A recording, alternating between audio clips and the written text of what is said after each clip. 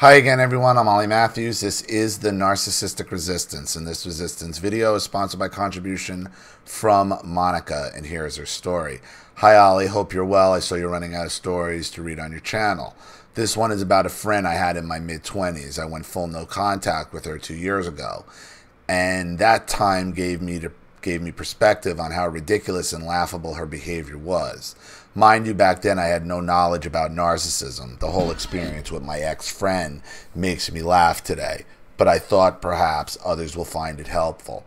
It's not always the parents, family, partners who are narcissists in our lives. Here's a link to the story. Hope you are keeping well and thank you for your time. Monica. Okay. A friend called the leech. I had a friend once who at first seemed very friendly. She listened and seemed to be caring. Though she was judgmental from the get-go, she was dying for attention. What struck me at first was how much she talked about herself, her life, and people in her life. She seemed to be in some sort of conflict, fight, or no contact with literally everyone that she knew. Even though I didn't know much about narcissism back then, it seemed like a huge red flag. She moaned about being in conflict quite a lot, looking at me for answers, and perhaps she wanted to come across as a victim. My thought to myself was, well, if you are in conflict with literally every person you know, you must be the problem. You are the common denominator in every single conflict you speak of. There is no way everyone in your life is involved in one big conspiracy against you, making you a victim. I haven't said that to her, but this is how I felt about her relationship with other people. Later on in the friendship, she soon progressed to moaning about how difficult her university level coursework was.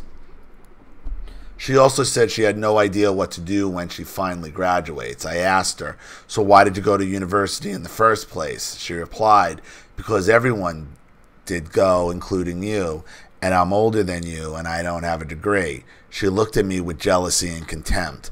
I was astounded. She was studying a difficult subject, doing it in her own free time while paying for it out of pocket, which is unheard of in this country.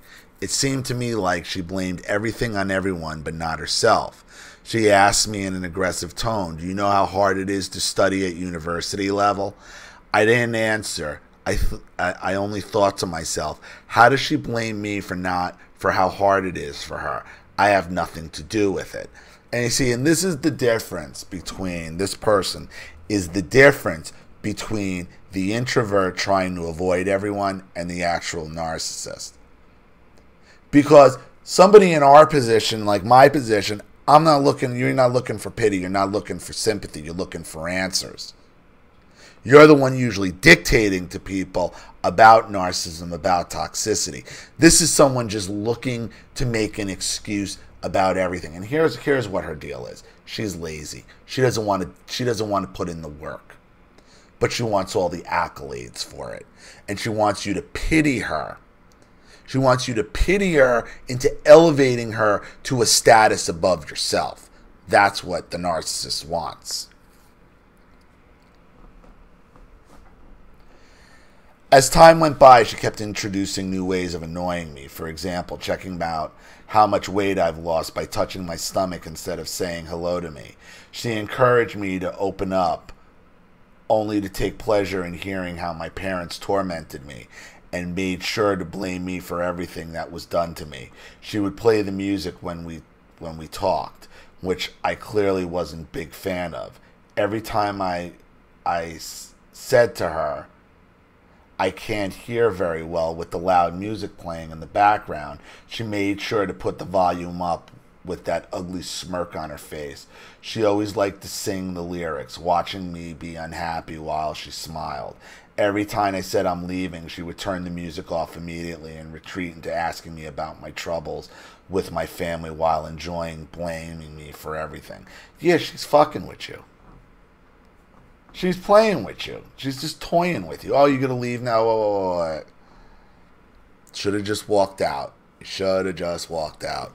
Food was another thing she tried to torment me with. The first thing she did was taking ages to prepare any meal.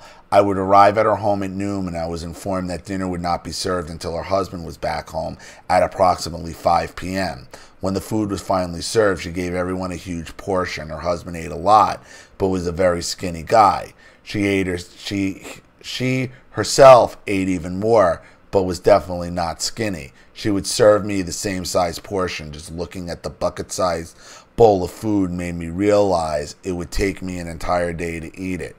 I always asked her to serve me a much smaller, i.e. normal-sized portion, because there is only so much I can eat. She was always displeased with that, ridiculing me for how I can't eat her ginormous portions of food. In the couple of years' time that we knew each other, I've lost a lot of weight, finally getting to the healthy level. One day she asked me, "How do you lose weight?" She didn't listen to my answer at all and simply replied, "I think I will start exercising. Do you want to play sports with me? None of my friends want to help me." That was a red flag for me, and surprise, surprise, she was mean and cruel when playing tennis or football.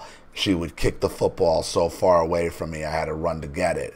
And she did it over and over again, smirking and laughing all the way. Why were you putting up with it? Why? Why did you put up with it? One day I had enough and did the same to her. And guess what? After 2 times, she said she was tired and didn't want to play anymore. One day I told her that I'm moving out of town. She knew it was too far away for me to visit as often as I did, and she couldn't drive either. Her only reaction was this: "I see you're abandoning me." She was angry and blamed me for leaving. Her reaction about my birthday plans was a final straw for me. I don't care for my own birthdays because when I was a child, my parents managed to ruin the entire experience each year, to the point where all my friends stopped attending my birthdays and took pleasure in telling me, "You don't have any friends." However, this time, me and my sister decided to go out for a meal and enjoy ourselves. I wasn't aware my friend made plans for my birthday without consulting me or letting me know about it. Her plans for my birthday were like this: we will do everything she likes to do, and we will not do anything I like to do. I responded by saying, "No, thank you. I already have plans with my sister." The moment I said no, she looked at me with a red face full of rage and anger. At the moment, I thought she would physically launch herself across the dining room table. We sat in silence for a moment when she finally spat out the following words: "This is outrageous. You can't treat people like this. I had plans for you. You need fucking therapy to fix your behavior." And that's the problem, isn't it? The narcissist always has plans for you that they don't tell you about. That's the problem. Yeah, I know you have plans for me. I'm not interested in your plans. Several months later, I've reconnected with my good friends from university and shared the story about the friend and how she behaved around me and others. Their reaction was so telling. One friend covered her mouth in horror listening to my experience, while the other simply said, "Get that fucking leech off you." I also shared her comment about getting me therapy because she was unhappy with me. His reply went like this: "So she's a fucking psychologist now as well. Get that fucking leech off you." I went no contact with the leech friend soon after, long before I learned what going no contact was, or that it even existed as an option to leave a narcissist behind. And that's what you need to do, is just leave them behind. Because the narcissist already has plans for you. And when you deviate from them, you're going to see them spiral. And their plans are never good. Their plans are always about sabotage. And that's what this supposed friend, i.e. leech, was trying to do to you. So, I hope that helps. Thank you so much for another contribution and story, Monica. I really appreciate it. Thank you to everybody watching. Please leave any opinions or advice in the comment section below. And again, if you want your story read on the channel, you have a topic you'd like me to cover, a narcissist you'd like to expose, you'd like to set up Skype, a phone call, have a private video made, or a Facebook live chat, or you'd like to sponsor a video like this for someone who needs help and can't afford it, or just make a contribution to the channel in general to keep it supported, growing, and successful, because this channel survives 100% on contributions from all of you. Without you guys, all of this goes away. So if you like what you see here and you want to see more videos like this, you know what to do with the PayPal and email links in the description box. Also, please like and share this video wherever you can. Subscribe to my channel if you haven't, and be sure to click the subscription bell to be notified of all my video uploads. I'm Ollie Matthews. This has been the Narcissistic Resistance. Take care.